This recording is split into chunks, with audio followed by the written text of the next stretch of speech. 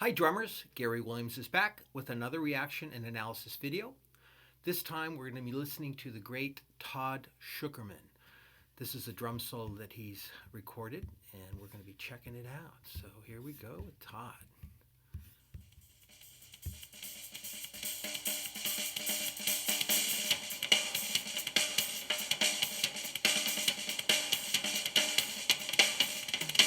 Nice.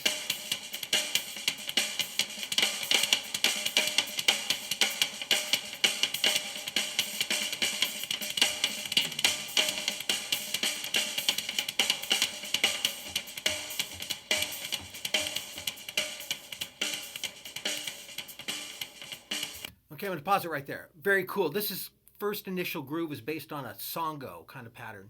And actually, yeah, more of a songo bione mix. Doom, goom, doom, goom, goom.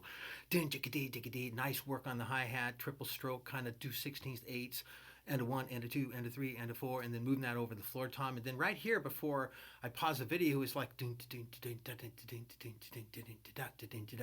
that 4 against 3 polyrhythm. Kind of cool thing here. Love the dynamic contrast. Let's see what's going to happen.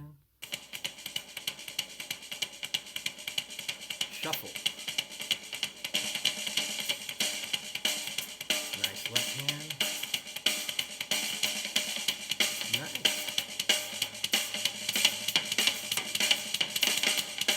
Yeah.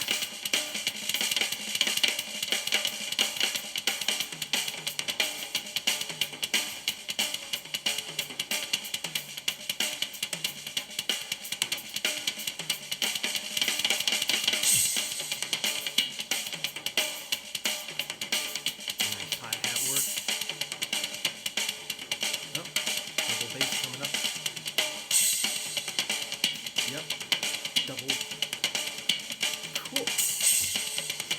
Yep.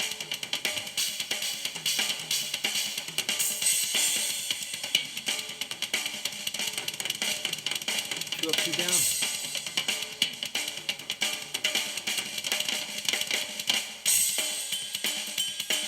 Nice.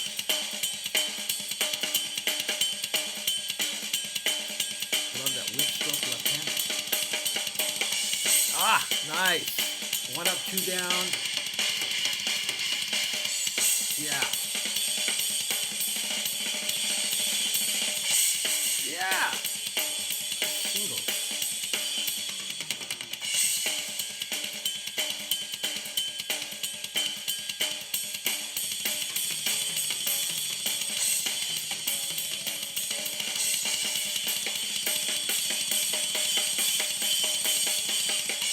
Yeah.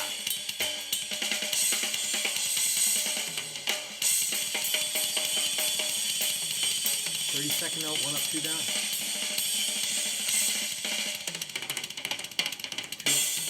up.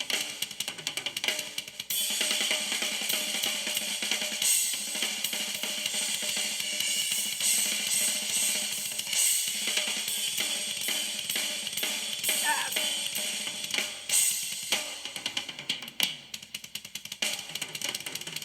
Two up, 2 down. 3-second note triple. Standing. Yes. Back to the double bass.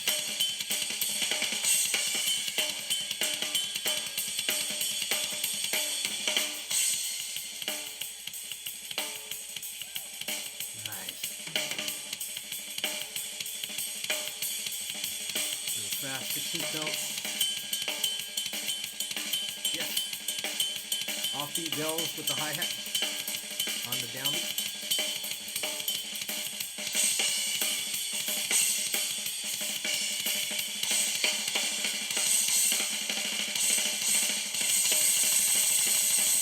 Yes! Kind of a blast beat thing there, cool. Half time. Kind of a funk, shuffle, hip hop. Back to the theme.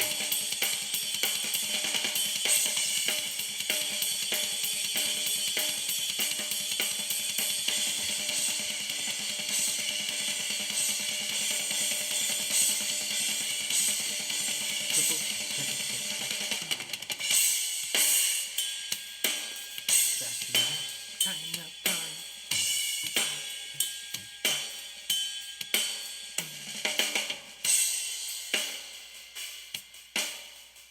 Nice. Yeah.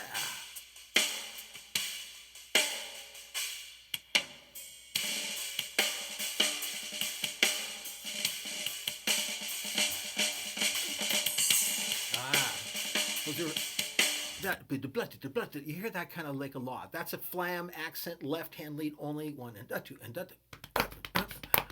if you put the double on, then you can turn it into a dub blush style, which is really a flam drag rudiment. Just left hand flam, left hand drag. In this case, just a left hand flam accent played over displaced accent on the third note of the triplet.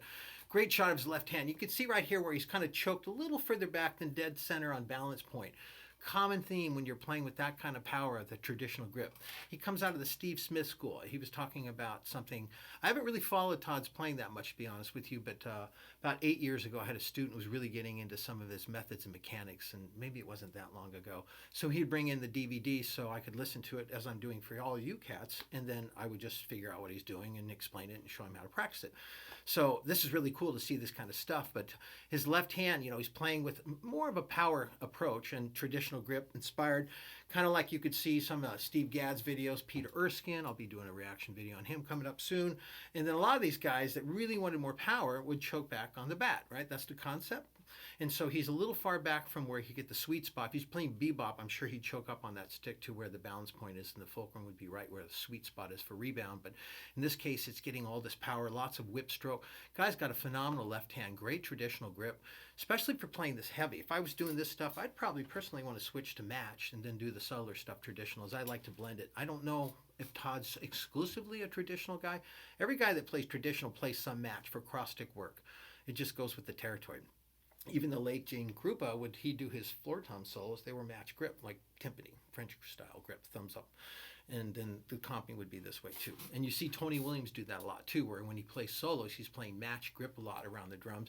Stays on traditional a lot on here, but oftentimes when he starts moving around and doing his melodic ideas on his five toms, then he tends to play more matched. So anyways, let's check it out.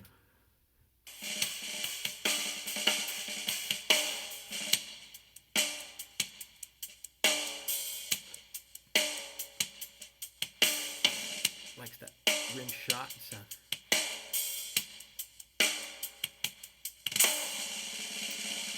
Oh, nice. That was 2 down, 2 up, 2 down.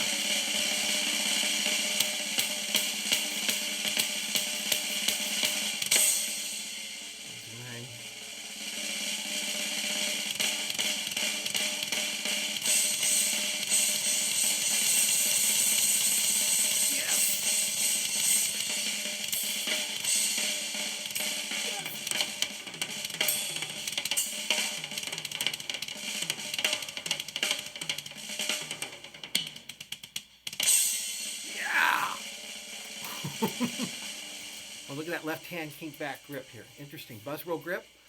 Thumb on top. Nice squeeze. Look at that. Oh, that right hand's grip. There's all these guys that talk about always maintaining a space here, which I don't think is what you always need to do. I used to travel in the NAMM show for many, many years, and Roy Burns, the founder of the Aquarian Drumhead Company, very awesome drummer. I asked him once to listen to my buzz roll, and he gave me some tips on keeping it open for acoustic purposes. But then his best advice, because I was studying the Jim Chapin-Muller method, and I actually studied with Jim to make sure I understood it right, which I did, which was good, is that he said that just watch Buddy Rich. So as I started really studying Buddy's hands, watching him play over solos and just the timekeeping, but mostly when he was really opening up with some of the rudimental capabilities he had during his soloing, you could see he was using this front hand fulcrum, mid hand fulcrum, back hand fulcrum. So he's using blends of fulcrums depending upon what kind of sound and what he's doing in terms of the kind of patterns he's playing. So I'm looking up here and seeing Todd's grip. It just shifted a little, his left hand folded over. But the right hand, he had a very pinched grip between the thumb and index finger for that buzz roll. And you see how the tips are near the edge of the snare drum. This is a common position. There's more rebound. There's more ring. It makes your buzz roll sound more like sand poured on newspaper. A nice faucet where you don't hear the attack, but you just hear the buzz. So let's check it out. Oh, that was it. Yeah. Oh, right on. Yo. Yeah. Thumbs up, bro. That was some very, very, very nice playing. Beautiful kit. Yeah, standing ovations in order. Amen to that. Gosh, What a great player. Good heavens. And I just haven't really checked this guy out as much as I would like to. But I think I'm going to be snooping around for some more stuff. Just really enjoy hearing drummers that have spent a lot of time in the practice room. We all intuitively can tell when we listen to a great drummer like that. I think the respect that we intuitively understand, whether we do it mentally, is that obviously this guy spent a great deal of time in creative loneliness, meaning in a practice room, not in social departments, but by himself, really wood shedding. That's a term Don Famularo told me that Gene Krupa phrased that when he used to practice his drums. He would go out and his drum set was in the woodshed. So he would always say, "Oh, back to the woodshed." And so that's kind of shedding licks is where I think that originally started. Who knows?